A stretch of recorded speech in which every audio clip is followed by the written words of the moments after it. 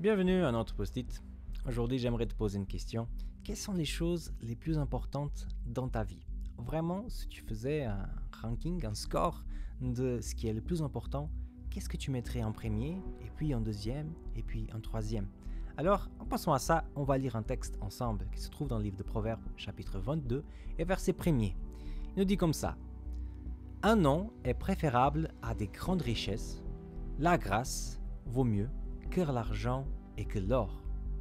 Alors là, on voit bien deux choses que l'auteur des Proverbes considère comme des choses très importantes. La première, c'est d'avoir un nom, et la deuxième, c'est d'avoir de la grâce. Il considère que ces deux choses sont plus importantes que l'argent ou les richesses. Mais qu'est-ce que ces choses ont de spécial? Qu'est-ce que cela veut dire? Est-ce qu'il y aurait une interprétation derrière, quelque chose qu'on pourrait retirer de ce texte pour notre vie aujourd'hui? Alors, on va essayer d'examiner ça ensemble. Avoir un nom. Bon, on a tous un nom. J'ai jamais connu quelqu'un qui n'avait pas de nom. Mais dans la tradition hébraïque, c'est pas exactement comme ça. Je suis pas en train de dire qu'il y avait des personnes sans nom. J'ignore si ça existait. Mais regardez le nom, les prénoms d'une façon différente de nous. Puisqu'à l'époque, on considère que le prénom de la personne doivent porter son caractère, doivent être connectés avec une expérience de vie très forte, quelque chose qui a été vécu lors de l'enfance. Et c'est pour cela qu'on voit souvent dans la Bible, lorsqu'un personnage arrive à une étape nouvelle de sa vie, le nom est changé, parce qu'on considère que cette étape change la personne en soi. Le texte dit que c'est important d'avoir un nom.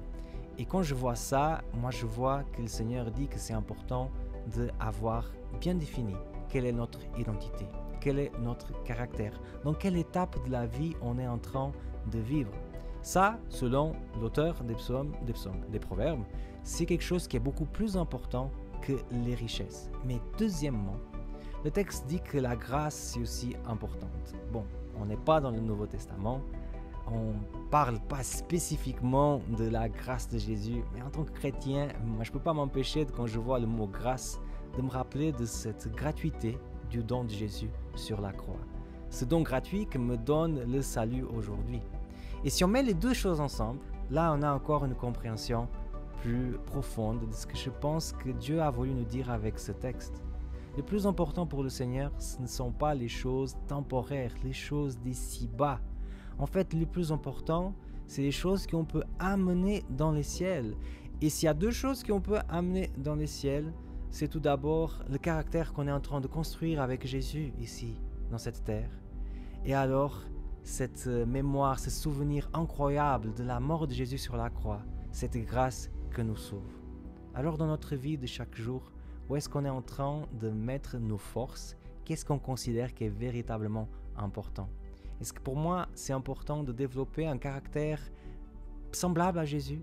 Est-ce que je me laisse inspirer par ce Jésus? Est-ce que je passe du temps avec lui pour que je puisse me transformer et devenir plus semblable à lui?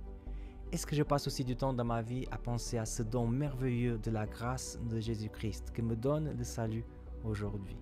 En tout cas, si j'examine ma vie, je ne pense pas.